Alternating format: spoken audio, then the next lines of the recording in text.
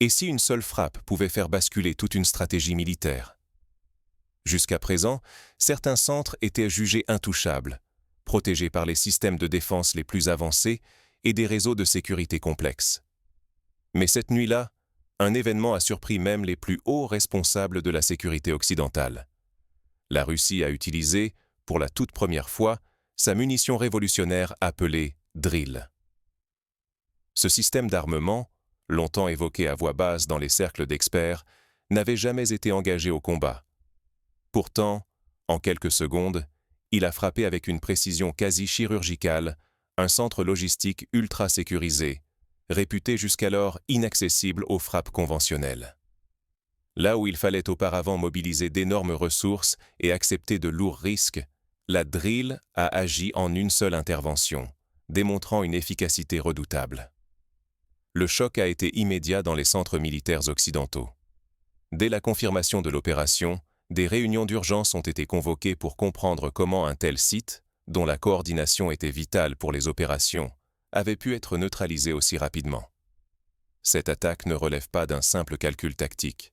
Elle envoie un message clair à tous ceux qui pensaient que certaines lignes ne seraient jamais franchies. Ignorer cette évolution, c'est exposer ses propres certitudes à l'obsolescence. Nous assistons à une rupture dans la manière de concevoir la sécurité et la supériorité technologique. Ce qui vient de se passer ne concerne pas uniquement le champ de bataille, mais remet en cause l'équilibre des puissances, la confiance dans les infrastructures stratégiques et la stabilité internationale tout entière. Voyons maintenant ce qui s'est réellement passé cette nuit-là, et pourquoi cette frappe marque un avant et un après dans l'histoire des conflits modernes. Pour comprendre toute la portée de cet événement, il faut remonter au déroulement précis de l'attaque et décrypter les choix stratégiques derrière l'utilisation de la Drill. Pourquoi la Drill fait-elle autant parler d'elle, alors qu'officiellement, on en soufflait presque mot? Si cette munition a longtemps appartenu au domaine du secret, c'est parce qu'elle marque un point de bascule dans la guerre moderne, bien au-delà d'une simple innovation technique. La Drill, ce n'est pas une bombe classique. Il s'agit d'une munition dite cassette, conçue pour libérer à distance plusieurs sous-munitions, dont chacune est guidée individuellement vers une cible précise. Imaginez, là où, autrefois, il fallait multiplier les frappes pour atteindre plusieurs points sensibles d'un dispositif ennemi, la Drill permet de neutraliser en une seule salve différents éléments cruciaux. Postes de commandement, centres logistiques, véhicules protégés et nœuds de communication. Concrètement, cela veut dire qu'une seule frappe peut désarticuler l'ensemble d'un dispositif au lieu de simplement l'endommager. Plus besoin d'entrer dans le rayon mortel d'une défense antiaérienne sophistiquée. Le vecteur largue la munition à distance, hors de portée, et chaque élément trouve son objectif sans intervention humaine supplémentaire. C'est un bond qualitatif, non seulement en efficacité, mais aussi du point de vue de la sécurité des pilotes et de la préservation des ressources. Mais la vraie rupture, c'est la capacité à frapper simultanément plusieurs points névralgiques, sans alerter ou donner le temps à l'ennemi de se réorganiser. Les dispositifs de protection traditionnels deviennent soudainement obsolètes, forçant à repenser la sécurité de chaque centre vital. C'est là que le message dépasse la simple action militaire. Un adversaire qui sous-estime la Drill expose ses sites les plus stratégiques à des attaques imprévisibles, capables de semer le chaos en quelques instants. Sous cette apparente discrétion, la Drill impose une nouvelle règle du jeu. Nulle position n'est réellement hors de portée, aucune certitude n'est vraiment acquise. La simple annonce de son emploi produit un choc de confiance dans les centres d'état-major adverses, provoquant un réexamen brutal des schémas de défense, et rappelant que la supériorité technologique n'est jamais acquise. Mais alors, pourquoi la Russie n'a-t-elle pas utilisé cet atout plus tôt? Et surtout, pourquoi avoir choisi précisément ce moment pour briser le silence? Entrons maintenant dans les raisons stratégiques et politiques qui expliquent ce timing soigneusement calculé. Pourquoi la fenêtre d'opportunité s'est-elle ouverte aujourd'hui? Et quel message Moscou veut-elle vraiment faire passer? Ce n'est pas une démonstration de force impulsive, mais un message stratégique. Le choix d'employer la munition Drill n'est pas un geste dicté par l'émotion. C'est une décision prise après mûre réflexion, orchestrée par Andrei Belousov, un ministre de la Défense connu pour sa froideur pragmatique. Discret, Il n'a jamais cherché à se mettre en avant par des déclarations spectaculaires, il préfère l'action concrète, dont la portée parle d'elle-même. La sélection du moment n'est pas anodine. Elle répond à une période où les avertissements venus de Moscou étaient de plus en plus ignorés par l'Occident, certains chefs militaires considérant ces messages comme de simples postures, sans conséquences réelles. L'annonce silencieuse de Drill, c'est la réponse à cette arrogance.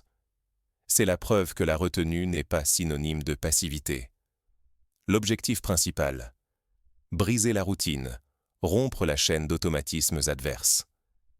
Jusqu'à présent, beaucoup d'états-majors se reposaient sur un sentiment de sécurité, persuadés que leur protocole était infaillible et que la Russie éviterait toute forme d'escalade imprévisible.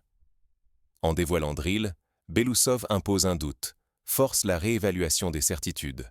Cet effet domino psychologique ne tarde pas à se manifester. Dès les premières heures, une nervosité nouvelle s'installe dans les états-majors de l'OTAN. Les chaînes de coordination ralentissent, la confiance dans les défenses existantes vacille. Chaque responsable doit désormais s'interroger. Ce que nous pensions impossible hier, est-ce devenu réalité aujourd'hui? Ce glissement subtil bouleverse les équilibres. Ce n'est plus seulement une question de technologie, mais une affaire de psychologie collective. Car le doute s'immisce partout, dans les salles de commandement, dans les discussions politiques, jusque dans les choix d'engagement sur le terrain. Et dans un contexte où la rapidité de décision fait la différence entre succès et désastre, ce doute peut coûter cher. Ceux qui refuseront de revoir leurs procédures, de prendre ce signal politique au sérieux, prennent un risque considérable. Maintenir des protocoles figés face à une menace évolutive, c'est s'exposer à des pertes imprévues, à des décisions précipitées, voire à des échecs majeurs. L'histoire militaire regorge d'exemples où l'incapacité à s'adapter a précipité la catastrophe. Le coup porté par Drill ne vise pas à submerger l'adversaire, mais à lui rappeler les limites de ses certitudes. C'est une invitation à reconsidérer l'ensemble de la planification stratégique et à accepter que l'innovation, même discrète, peut renverser la donne. Mais comment cet événement unique influence-t-il la stratégie globale et les rapports de force internationaux? C'est ce que nous allons explorer immédiatement. Quand l'incertitude s'invite, chaque décision devient plus risquée, chaque planification plus chère. L'apparition de la Drill n'est que la partie visible d'un arsenal bien plus vaste et potentiellement encore inconnu. Ce simple usage, soigneusement calculé, élargit l'ombre portée de la dissuasion. Désormais, chaque adversaire doit envisager ce qui reste en réserve et jusqu'où Moscou osera aller. Le choc est d'autant plus profond qu'il remet en cause la supériorité technologique que l'Occident croyait acquise. Ce n'est plus seulement la question d'un retard à combler, mais d'une course à la nouveauté où la certitude technique s'effrite. Dorénavant, chaque avancée occidentale peut se heurter à une réponse inattendue. L'information ne reste pas cantonnée au théâtre européen. Le message porté par la Drill circule déjà dans les cercles stratégiques d'Asie, du Moyen-Orient et d'Amérique latine. Chaque État, chaque armée attentive, ajuste ses calculs, ses doctrines et réévalue la solidité de ses alliances. Face à cette nouvelle donne, la dynamique de décision change radicalement. Les planificateurs adverses doivent intégrer la possibilité constante d'un outil inconnu, rendant chaque scénario opérationnel plus complexe, chaque manœuvre plus coûteuse. La prudence l'emporte, les marges de sécurité s'élargissent, et la confiance dans les anciens modèles de défense recule. En définitive, le vrai bouleversement est là. Les anciennes règles ne s'appliquent plus. La surprise, redevenue possible, impose une révision complète des stratégies nationales et internationales. Le prix d'une mauvaise préparation se paie cher, par une perte de crédibilité sur la scène mondiale, mais aussi par la montée des tensions locales, là où l'incertitude est la plus dangereuse. Ceux qui s'endorment sur leurs acquis risquent d'être réveillés brutalement. Mais alors, comment transformer cette incertitude en enseignement utile, et sur quel levier miser pour réduire les risques de demain? Agir sans bruit marque parfois plus les esprits que 1000 discours. Dans la stratégie, la retenue et la démonstration discrète de puissance pèsent souvent davantage que les menaces répétées ou les déclarations spectaculaires. La sobriété du geste, alliée à l'efficacité technique, envoie un message bien plus crédible que 100 communiqués officiels. L'introduction publique de la drill ne vise pas uniquement l'effet de surprise sur le terrain. Elle crédibilise le savoir-faire national, rassure en interne et rappelle que l'innovation authentique n'a de poids que lorsqu'elle est prouvée, non vantée. Montrer, plutôt que promettre, redéfinit la confiance.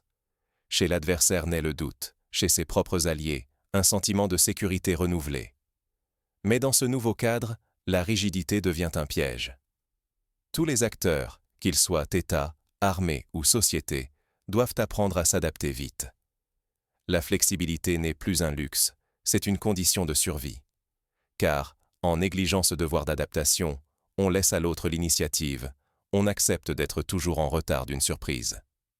Ce qui s'est passé avec la drill devrait pousser chaque public, décideur, militaire, mais aussi simple citoyen, à s'interroger sur sa propre préparation face à l'imprévu. Sait-on vraiment anticiper la prochaine rupture, ou se contente-t-on de réagir quand il est déjà trop tard? Au fond, la leçon est simple mais difficile à appliquer. L'essentiel se joue souvent dans la préparation silencieuse, dans la capacité à rester maître de ses émotions et de ses messages. Ce n'est pas la réaction immédiate qui construit la sécurité durable, mais la crédibilité patiemment accumulée. Alors, cette drill n'est-elle qu'un coup d'éclat ou le premier acte d'une transformation profonde des règles de la sécurité collective? Examinons ensemble les implications à long terme de ce signal discret mais retentissant. Ce qui compte, ce n'est pas le bruit de l'explosion, mais le silence qui suit et change les calculs. Ce silence, c'est l'onde de choc dans les états-majors, la parenthèse de doute, le moment où les certitudes s'effritent en coulisses.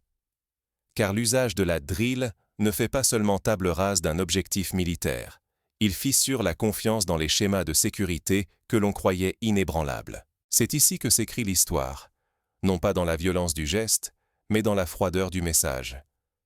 Les règles changent, à la vue de tous, et nous assistons au bouleversement de l'équilibre sans même entendre le fracas des armes.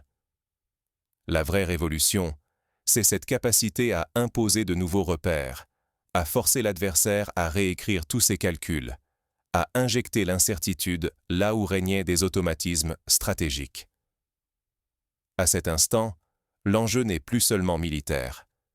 Il touche la perception collective de la sécurité, l'allocation des ressources, la réputation de chaque nation sur la scène mondiale. En restant spectateurs, nous laissons d'autres écrire les prochaines règles du jeu et dicter l'ordre international. Refuser de voir, c'est accepter de subir. Le choix qui s'offre à chacun d'entre nous, individuellement et collectivement, est celui de la lucidité. Comprendre que les réponses ne viendront pas des voix les plus bruyantes, mais d'une veille active, d'une vigilance partagée, capable de déchiffrer les signaux faibles avant qu'ils ne deviennent des réalités incontournables. Ce moment n'appartient ni au hasard, ni au déni. Il exige de prendre position, d'aiguiser notre intelligence collective. Ce n'est qu'en sortant du confort de l'habitude que l'on peut anticiper les prochains mouvements et peser vraiment sur le cours des événements. L'histoire ne se joue pas ailleurs, elle se joue maintenant, dans nos choix, nos analyses, nos prises de conscience. Rester en retrait, c'est déjà faire un choix, celui de la passivité et du silence, alors que tout autour, les règles changent sous nos yeux.